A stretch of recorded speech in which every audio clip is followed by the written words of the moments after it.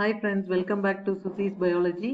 So இன்னைக்கு நம்ம வீடியோல Professional English for Life Science அந்த ஹர்கோபின் கொரோனாவோட டாஸ்க் ஆன்சர்ஸை பார்க்கலாம். ஸோ பேசேஜ் 1 அதில் டாஸ்க் 1 கொஸ்டின் கேட்டிருக்காங்க. So read the passage and describe any 2 characteristics of the scientist Hargobind and why you consider them as his predominant characters அப்படின்னு கேட்டிருக்காங்க. So அவரோட பயோகிராஃபிலேருந்து நம்ம தெரிஞ்சுக்கிட்டது என்னன்னா, he was from a poor family and he and his siblings were among the handful of the literate people in the village. அந்த வில்லேஜ்ல அவங்க தான் ஒரு படிச்ச குடும்பத்தை சேர்ந்தவங்களா இருந்தாங்க. அண்ட் இவர் என்ன பண்ணுவார்னா, போஸ்ட் ஆஃபீஸோட ஸ்டெப்ஸ்ல உட்காந்துட்டு படிக்காதவங்களுக்குலாம் அந்த லெட்டர்ஸை படிச்சு காட்டுறது, இந்த மாதிரிலாம் அவரோட சைல்ட்ஹுட் அண்ட் தென் அவரோட டைமை வந்து பாஸ் பண்ணியிருக்காரு. And he had a deep interest in nature and regularly went hiking and swimming. ஒரு லாங் வாக் போவாரு, ஸ்விம்மிங், இதுலலாம் அவருக்கு கிரேட் இன்ட்ரெஸ்ட் இருந்துச்சு. And he would use the solitude of long walks, அந்த தனிமையை அவர் ரொம்ப விரும்பினாரு. ஸோ அந்த லாங் வாக்ஸ்ல he use to think about the scientific problem and he did not stick to the rigid boundaries of the discipline. ஒரு particular சப்ஜெக்டை தான் படிக்கணும் அப்படின்ற இன்ட்ரெஸ்ட்லாம் அவர் கிடையாது. He had interest in all the subject. So his deep thinking about scientific problems, loyalty, humbleness and curiosity, so இது எல்லாத்தையுமே நம்ம அவரோட ப்ரிடாமினன்ட் கேரக்டர்ஸ் தான் எடுத்துக்கலாம். ஸோ இதை ஏன் நம்ம ப்ரிடாமினன்ட் கேரக்டர்ஸா எடுத்துக்கணும் அப்படின்னு பார்த்தா, அவர் சயின்டிபிக் ப்ராப்ளம்ஸ்ல அந்த திங்கிங், டீப் திங்கிங் இருந்தனால தான் அவரால் இவ்வளோ யோசிச்சு ஒரு நோபல் பிரைஸ் வாங்குற அளவுக்கு அச்சீவ் பண்ண முடிஞ்சது. ஒவ்வொரு விஷயத்துல உள்ள ஆர்வம், கியூரியாசிட்டி, அவரோட சிம்பிள்னஸ், ஹம்பிள்னஸ், ஒரு லாயல்டி, டெடிகேட்டடா ஒர்க் பண்றது, இதெல்லாம் தான் அவரோட அச்சீவ்மெண்ட்க்கு காரணம். So second question, comment on the scientific contribution of the scientist to the field of genetic code and gene manipulation அப்படின்னு கேட்டிருக்காங்க. ஸோ அவரோட அர்ப்பணிப்பு என்ன, நம்ம இந்த ஜெனட்டிக் கோட், ஜீன் மேனிப்புலேஷன்ல அவரோட பங்களிப்பு என்ன அப்படின்னு கேட்டிருக்காங்க. So in 1960s, Corona confirmed the Nirenberg's findings that the way the 4 different types of nucleotides are arranged on the spiral staircase of the DNA molecule. So இவர் தான் அந்த நிரன்பர்க்ஸோட ஃபைண்டிங்ஸை கன்ஃபார்ம் பண்ணார். இந்த மாதிரி 4 விதமான நியூக்ளியோடைட்ஸ் அந்த டிஎன்ஏ மாலிகுல்ல, ஸ்டார்கேஸ் மாதிரி இருக்கிற அந்த டிஎன்ஏ மாலிகுல்ல இருக்கு. 64 possible combinations of the nucleotides are read off along the strand of DNA அப்படின்னு இவர் தான் கண்டுபிடிச்சாரு. And he also added the details about the different combination of the nucleotides. So he proved that the nucleotide code is always transmitted to the cell in groups of 3 called codons. So ஒரு 3 நியூக்ளியோடைடா சேர்ந்து தான் ஒரு amino ஆசிட்க்கு code பண்ணும். So இந்த மாதிரி தான் அது வந்து எல்லா செல்ஸ்க்கும் இன்ஃபர்மேஷனை வந்து அது கோட் பண்ணுது அப்படின்னு சொல்லிட்டு கண்டுபிடிச்சவர் இவர் தான். And he also determine that some of the codons prompt the cell to start or stop the manufacture of protein. So இந்த 3 நியூக்ளியோடைட் சேர்ந்து ஒரு அமினோ ஆசிட்க்கு கோட் பண்ணும். நம்மளுக்கு டோட்டலா ஒரு 20 அமினோ ஆசிட்ஸ் இருக்கு. ஸோ இந்த 3 நியூக்ளியோடைடா சேர்ந்து ஒரு அமினோ ஆசிடை கோட் பண்ணா அந்த அமினோ ஆசிட் தான் அடுத்தது புரோட்டீன் சிந்தசிஸ்ல இன்வால்வ் ஆகும். So we are having start codon and stop codon, இந்த மாதிரி ரெண்டும் இருக்குன்றத அவர் தான் டிட்டர்மைன் பண்ணாரு. And in 1970 he made another contribution in genetics and he was able to synthesize the first artificial copy of a yeast gene. So third question பாத்தீங்கன்னா, explain the Nobel laureates dedication to the science of gene. அவரோட அர்ப்பணிப்பு என்ன சயின்ஸ்க்கு, science of ஜீன்க்கு அப்படின்னு கேட்டிருக்காங்க. So though he was from a poor family, his father dedicated education to him. அவங்க அப்பா அவரை ரொம்ப கஷ்டப்பட்டு ஒரு ஸ்கூலே அந்த வில்லேஜ் ஸ்கூல்னு ஒன்று ஓப்பன் பண்ணி அதுல கூட படிக்க வச்சிருக்காங்க. And they were among the handful of the literate people. And from his childhood onwards, he was hardworking and had a keen interest on scientific problems. And he was studied with academic scholarship and was dedicated to his work. Wherever he worked, he was very cooperative and got good name from his colleagues. And thus he was dedicated to the science till his death. And it was amazing to read that before 3 days of his death, he was talking about glucose in the brain.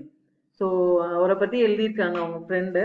இந்த மாதிரி அவர் சாக போற 3 நாளைக்கு முன்னாடி கூட அவர் வந்து பிரெயின்ல உள்ள குளுக்கோஸை பத்தி தான் டிஸ்கஸ் பண்ணியிருக்கிறாரு. அந்த அளவுக்கு he was dedicated to the science.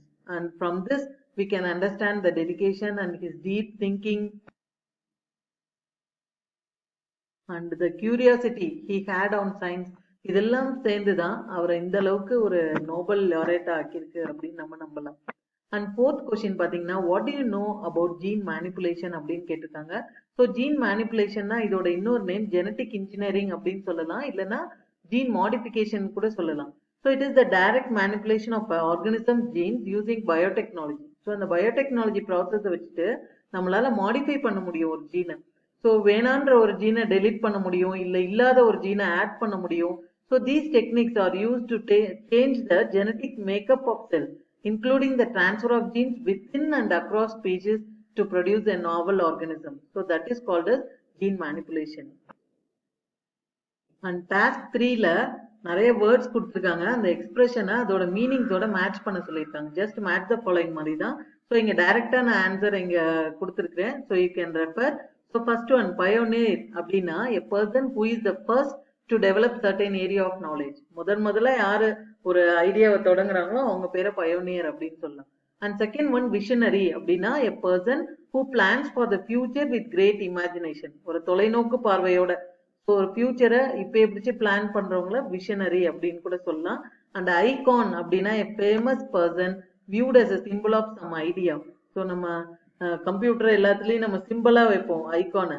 So அந்த மாதிரி ஒரு நல்ல ஐடியாவோட இருக்கிற பர்சனை ஐகான் அப்படின்னு ரெஃபர் பண்ணலாம். சிப்ளிங்ஸ் அப்படின்னா brothers and sisters born to the same parent. And testament அப்படின்னா proof of something. And landmark எல்லாத்துக்குமே தெரியும். So something that is clear and distinct from others. So ஒரு இடத்த லொக்கேட் பண்றப்ப நம்ம ஒரு பர்டிகுலர் லேண்ட்மார்க் சொன்னாதான் நம்மளால ஈஸியா கண்டுபிடிக்க முடியும். So it is different from others. And seventh one பாத்தீங்கன்னா இன்செக்டிசைடு. சைடுனா கில்லிங்னு அர்த்தம். ஸோ இன்செக்ட்ஸை கில் பண்ணக்கூடிய கெமிக்கல்ஸ்க்கு பேரு insecticide. So chemicals use for killing the insect. So fungicides அப்படின்னா chemicals use to destroy fungus. And retirement எல்லாத்துக்குமே தெரிஞ்ச விஷயம் தான், a stopping to work because one has reach a particular age. ஒரு பர்டிகுலர் ஏஜ் வந்ததுக்கு அப்புறம் ரிட்டையர் ஆகுறது, so ஓய்வு எடுக்கிறது, ஸோ வேலையிலேருந்து, அதை தான் ரிட்டையர்மெண்ட் அப்படின்னு சொல்லுவோம். பில்கிரிமேஜ் அப்படின்னா தமிழ்ல யாத்திரை அப்படின்னு சொல்லுவாங்க. So journey to a holy place for religious reason. And hiking அப்படின்னா long walk in the country. And stipend எல்லாத்துக்குமே தெரியும், ஒரு an amount of money regularly paid monthly to someone to live on. So ஒரு help பண்றதுக்கு ஒரு amount of money கொடுக்கறது, so stipend வாங்குறது அப்படின்னு சொல்லுவாங்க. So it may be for education or for pensioners, அந்த மாதிரி எதுக்கு வேணாலும் எடுத்துக்கலாம் ஸ்டைபண்ட். அண்ட் பயோகெமிஸ்ட் அப்படின்னா the scientist who studies the chemistry of living things. So chemistry of living திங்ஸ்னா பயோகெமிஸ்ட்ரி தான். ஸோ நம்ம பாடிக்குள்ள என்னென்ன ரியாக்ஷன்ஸ் நடக்குது என்னன்றதை பத்தி படிக்கிறது. ஸோ அந்த படிப்பை படிக்கிறவங்களுக்கு பேரு பயோகெமிஸ்ட் அப்படின்னு சொல்லலாம். அண்ட் மென்டார் அப்படின்னா an experienced person who advises and helps someone with less experience over a period of time. So mentor நம்ம கிளாஸ் டீச்சர் அவங்களெல்லாம் கூட மென்டார் டீச்சர் அப்படின்னு சொல்லலாம். So who advises and helps someone. And extraordinary அப்படின்னா exceptionally talented. So task 4ல my favourite scientist அப்படின்னு யாரை பத்தி வேணாலும் எழுதுறதுக்கு சொல்லியிருக்கிறாங்க. ஸோ இங்க மை ஃபேவரட் சயின்டிஸ்ட், ஸோ என்னோட favourite scientist doctor APJ Abdul Kalam. So அவரை பத்தி ஒரு சின்ன பேராகிராஃப் எழுதியிருக்கேன். ஸோ நீங்க உங்களுக்கு இதை வேணாலும் யூஸ் பண்ணிக்கலாம், வேற சயின்டிஸ்ட் பத்தினாலும் எழுதிக்கலாம். So this is for an example only.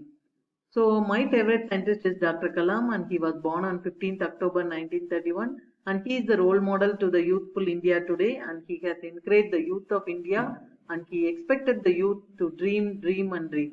Teenagers admired him for his humbleness and high thinking, and his achievement from his poverty to the level of President of India was tremendously impressive to the public of India. So ஒரு ஏழ்மையான குடும்பத்திலேருந்து வளர்ந்து படிச்சு இந்த மாதிரி நிறைய achieve பண்ணி நம்ம இந்தியாவோட பிரசிடென்ட் ஆகுற வரைக்கும் ஒரு அயராது உழைச்சிருக்கிறாரு.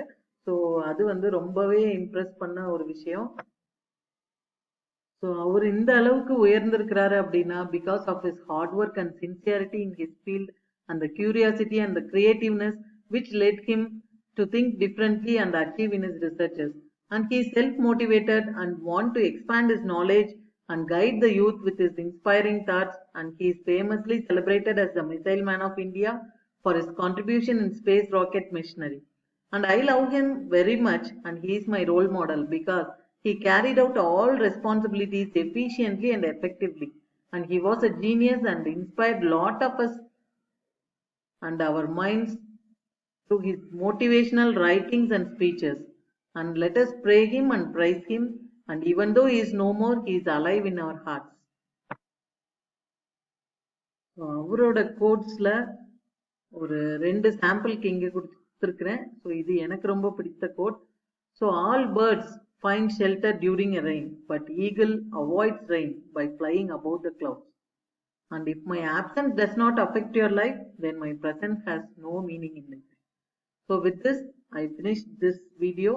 So kindly share this video to your friends and ask them to subscribe also and keep on watching, and I will completely put all the answers for all the tasks, and keep watching. Thank you. Bye. And Suti's biology will always make the learning easy. Bye.